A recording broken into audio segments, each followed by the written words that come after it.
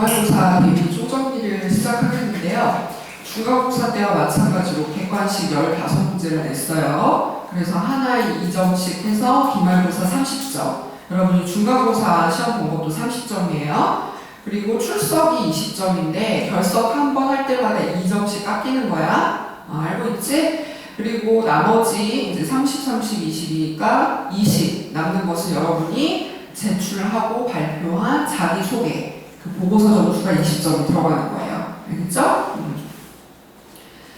자, 그러면 기말고사 관련해서 그동안 하반기에 배웠던 내용을 정리해 보도록 하겠는데, 먼저 첫 번째는 자기소개와 관련된 내용.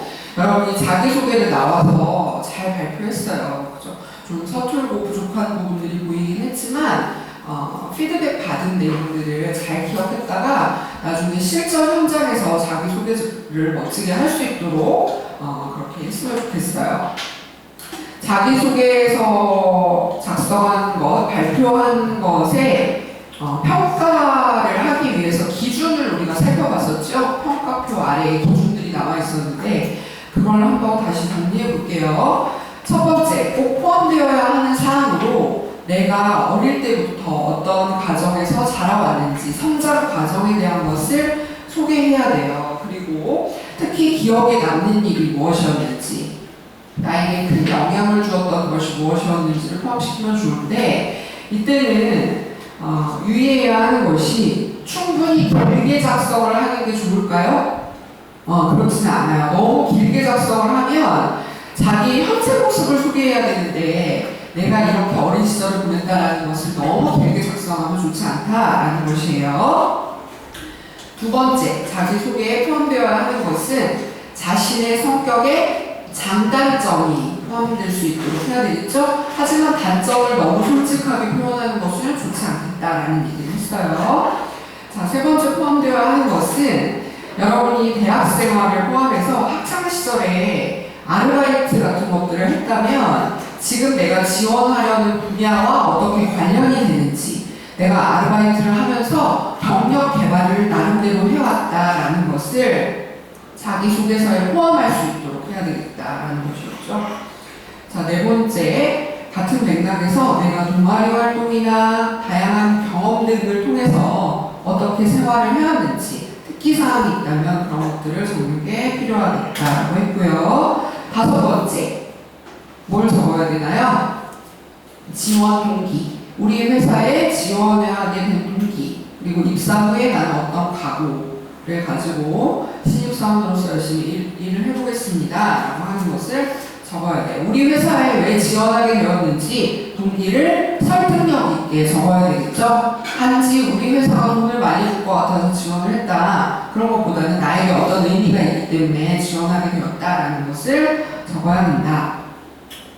여러분의 전공과 희망 업무가 일치하면 좋겠지만 만약 일치하지 않는 분야에 지원을 하게 되었다면 왜 지원을 했는지 보다 명확하게 설명을 할 수 있어야 될 것이고, 전공이 일치하지 않는 대신에 내가 이쪽 분야와 관련되는 경험을 어떻게 했는지를 강조해서 작성을 하는 것이 필요하겠다라고 했었어요. 자, 두 번째, 합리적 의사결정 모델이라는 것을 우리가 살펴봤었죠. 진로와 직업의 측면에서 의사결정을 내려야 하는 부분이 중요하다라고 강조를 했었어요. 그래서 D-SIZE라는 몇 가지 절차를 소개했었죠. D-E-C-I-D-E-S 몇 글자로 이루어져 있어요? 7글자지? 그래서 7단계에 따라서 진로 의사결정을 하는 모형이 있다, 모델이 있다라고 소개를 했었어요. 그래서 남자친구를 고를 때 또는 차를 내가 구입하려고 하는데 그것을 선택할 때 이런 의사결정 7단계에 따라서 결정을 내리면 어떤 의사결정을 할 수 있다고 했지? 제목에 뭐라고 나왔어? 그 위에 2번이라고 되어 있는 제목에 합리적 의사결정이야. 그지? 이런 단계에 따라서 내릴 수 있는 것은 합리적 의사결정이에요. 직관적 의사결정도 아니고, 직관적 의사결정이 뭐야? 근데 내 마음 가는 대로 그냥 결정하는 거야. 아, 증상은 왠지 그게 끌려 라고 하는 것으로 결정하는 것도 아니고, 자아실현적 의사결정도 아니에요. 그지? 낙관적 의사결정도 아니야. 바로 무슨 결정이라고? 합리적 의사결정을 정답으로 고를 수 있어야 되겠지? 합리적 의사결정 그 7단계의 순서를 다시 한번 떠올려보면, 첫 번째, 문제를 정의하는 거였어. 그지? define, 정의하다로부터 시작을 하는 거였지? 문제가 뭔지를 알아야 그것에 대한 해결 방안을 의사결정할 거 아니에요. 그지? 문제로부터 시작을 하는 거야. 그러면 내가 차가 없다, 남자친구가 없다라는 문제를 정의하는 것으로부터 시작을 하는 거지. 두 번째 단계에서 establish라는 것을 수립하는 거였어. 실행 계획을 수립해야 돼. 이제 나는 남자친구를 이런 방법으로 만들겠어. 아니면 차를 이런 방법으로 구입하겠어. 라고 하는 계획을 수립하는 단계로 넘어가게 되는 거예요. 다음 세 번째는 가치를 명료화하는 것이에요. 그래서 나에게 남자친구가 이렇게 생기면 너무 좋겠다.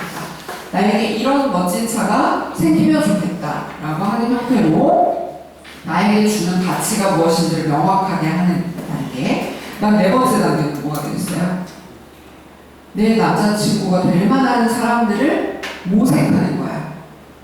이번 주말에 A라는 사람을 만났고, 그 다음 주말에 B라는 사람을 만났고, C라는 사람 길에서 우연히 만났다. 그럼 A, B, C 중에 내가 어떤 사람이 제일 나을 것인가? 대안을 모색하는 단계로 넘어간 거죠. 차를 알아보니까 A, B, C 중에 고르면 될 것 같다라는 대안을 모색 단계가 이루어지는 거예요. 그 다음 다섯 번째로 가면 discover, 발견하는 거죠. 예측되는 결과를 발견하는 거예요. 결과를 예측해 보는 것이죠. A랑 사귀면 이런 점은 좋을 것 같아. 근데 이런 점은 좀 내 이상형이랑 거리가 멀구나.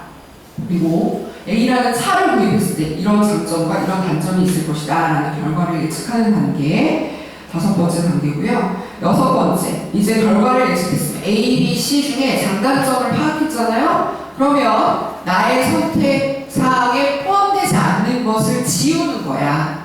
그래서 A, B, C 중에 B는 이래서 안 되겠어, X.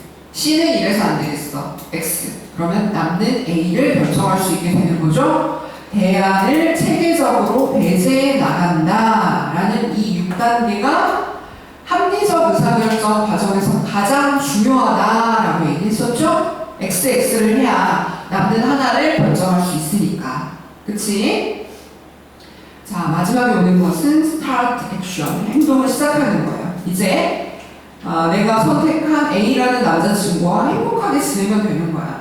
내가 선택한 A라는 차와 행복하게 살면 되는 거야. 그치?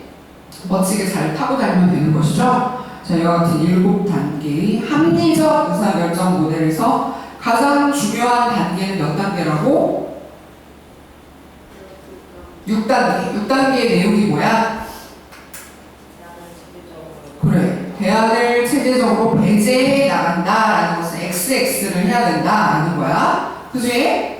가장 중요한 핵심적 과정은 무엇일까요? 라는 문제가 나오겠지? 그러면 이걸 고를 수 있어야 돼. 자, 정 모르겠으면 제일 긴 걸 골라라. 그렇지? 대안을 체계적으로 배제해 나간다가 제일 길지? 이렇게 해도 틀리는 사람이 있을 거야, 보면. 자, 그러면 합리적 의사결정의 연습을 우리가 수업 시간에 했었어요. 물건 사기의 과정을 통해서 연습을 했었죠. 처음에 이 물건이, 내가 컴퓨터를 하나 사려고 한다. 이 물건이 나에게 꼭 필요한가? 왜 내가 이걸 사야 되는가? 목적의식을 명료화하는 것으로부터 시작하죠. 그 다음에 두 번째는 그 컴퓨터를 구입하기 위한 방법에 관련된 정보를 수집해야 돼요. 컴퓨터에 대해서 잘 아는 똑똑박사 내 남자친구를 데리고 다녀야 되겠다. 그렇게 생각을 한다거나, 아니면 컴퓨터와 관련된 정보를 인터넷을 다 뒤져서 내가 찾아봐야 되겠다 라고 하거나, 컴퓨터 관련 서적을 내가 좀 참고를 해야 되겠다. 가능한 방법을 동원한다. 그죠? 그 다음 세 번째, 선택할 수 있는 대안을 열거해 보는 거예요. LG 게 좋은가, 삼성 게 좋은가, 아니면 뭐 소니 게 좋은가, 애플 게 좋은가, 뭐 이런 식의 다양한 것들을 대안으로 열거해 보고요. 그 다음에 네 번째는 그것들을 비교 평가해야 될 거 아니야. 그치? 가격적인 면에서는 뭐가 가장 나은가, 성능 면에서는 뭐가 제일 좋은가, 디자인 면에서는 뭐가 좋은가, 무게는 뭐가 제일 괜찮은가, 이런 것들 비교를 해봐야 될 거 아니야. 그 다음에 의사결정을 내려야 되겠지? 장단점을 비교 분석해보니 나에게는 이게 딱이야 라는 의사결정을 내려야 돼요. 자, 그런데 우리 김영울 학생 기억나요? 의사결정 단계가 마지막 단계이다 라고 하면 맞아요? 틀려요? 그렇지. 마지막 단계는 뭐였지? 바로 지금 나오는 6번이라고 되어 있는 평가 및 재투입의 과정. 야, 너 지금 어디 보고 있는 거냐? 마지막에서 세 번째 줄을 지금 벌써 하고 있다. 평가 및 재투입의 과정이 마지막 단계예요. 자, 다시 한번 연습해 봅시다. 합리적 의사결정의 단계에서 의사결정 단계가 마지막 단계이다 이렇게 나오면 맞아요? 틀려요? 틀리지. 마지막 단계는 평가 및 재투입의 과정. 이거 컴퓨터를 사는데 내가 구매 후기를 올리려면 평가를 해야 될 거 아니야. 그치? 내가 사용을 해보니 나의 선택은 정말 최고였어요. 별점 5개를 줄 것인가. 그 평가와 재투입의 과정을 통해 다음번에 이번 결정이 만족하지 않았다면 다음번에 컴퓨터를 바꿀 때는 이러한 점을 고려해야겠다 라는 것으로 마무리를 하는 것이 합리적 의사결정이라는 거예요. 알겠죠?